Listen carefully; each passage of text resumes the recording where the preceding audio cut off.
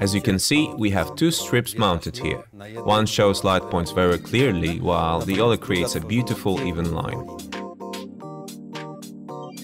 In order to achieve such effect, we need to use the latest COB LED technology. On the shown example, you can clearly see the difference in the way these two LED strips light up. The normal SMD LED strip and the new COB LED strip. The COB strip has 320 LEDs per meter, which uses only 8.5 watts.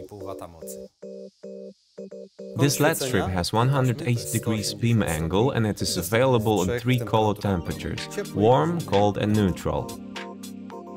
Recent trend in the lighting market is to move away from light points to such lines. So far, we needed 3 components: high profile, milky cover and a very dense LED strip. Today, it is much easier as we use this new COB LED technology.